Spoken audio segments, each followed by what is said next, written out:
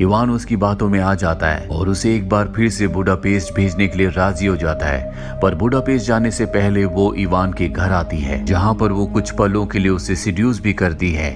Ivan को उस पर शक है, इसीलिए बुडापेस्ट वो उसके पीछे एक और जासूस को भेजता है। डोमिनिका बुडापेस्ट पहुंचने के बाद सबसे पहले नेट से मिलती है। नेट उसे देखकर बहुत खुश होता है, अपने गले से लगा लेता है और वो नेट को सब कुछ बता देती है। और नेट अब भी उसे मार्बल के बारे में कुछ नहीं बताता, लेकिन वो उसे बहुत पसंद करता है, इसीलिए एक बार फिर से ये एक दूसरे के करीब आ जाते हैं। ये दोनों के दोनों सो जाते हैं, पर जब डोमिनिका की नींद खुलती है तो वो देखती है कि उसके सामने वही एजेंट है जिसे डोमिनिका के पीछे रशिया से भेजा गया था और उसने नेट को पकड़ा हुआ होता। वो किसी भी कीमत पर मार्बल का असली नाम और उसकी पहचान उससे जानना चाहता है, पर नेट उसे नहीं बता रहा होता। इसके बाद डोमिनिका भी नेट को मारने लगती है और उससे मार्बल का असली नाम पूछती है, लेकिन उसे टॉर्चर करते करते अचानक से वो रशियन जासूस के ऊपर हमला करके उसी को मार देती है। इसके चलते दोनों के दोनों घायल हो जाते हैं और डोमिनिका और नेट दोनों के दोनों हॉस्पिटल में होते हैं, जहाँ पर रशिया के जनरल जो कि इवान के सीनियर होते हैं, डोमिनिका जिन्हें पहले से जानती है,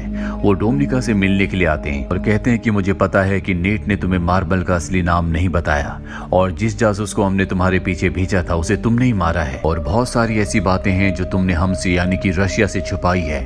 डोमिनिका साफ साफ मना कर देती है।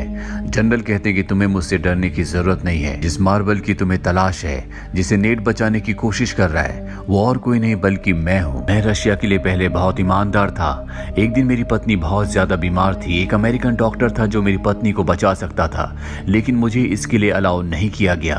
उन्हें ऐसा लगता था कि मेरी सच्चाई उस डॉक्टर को यानी कि अमेरिकन को पता चल जाएगी, जिस वजह से मेरी पत्नी की मृत्यु हो गई। ये पूरा का पूरा सिस्टम करप्ट है, इसीलिए मैंने रशिया का साथ छोड़ दिया और एक डबल एजेंट बनकर अमेरिका के साथ और रशिया दोनों के साथ काम करना शुरू कर दिया। तुम्हारे आज जो भी हालात हैं वो तुम्हारे अंकल इवान की वजह से हैं। अगर वो चाहते तो तुम्हें इन सब चीजों से निकाल सकते थे, लेकिन उन्होंने ऐसा नहीं किया।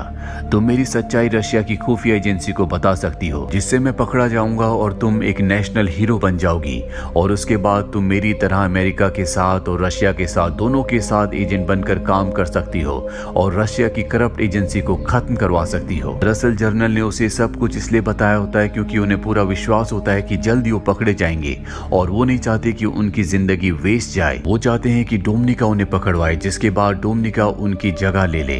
और अब डोमिनिका रशियन एजेंसी के पास जाती है, जहाँ पर वो उन्हें मार्बल की सच्चाई, उसका नाम और सब कुछ बता देती है। कुछ देर बाद हमें दिखाया जाता है कि रशियन एजेंट जनरल को नहीं बल्कि इवान को पकड़ लेते हैं, क्योंकि उसने इवान का नाम बताया होता है कि इवान ही मार्बल है और साथ ही उसने बहुत सारे सबूत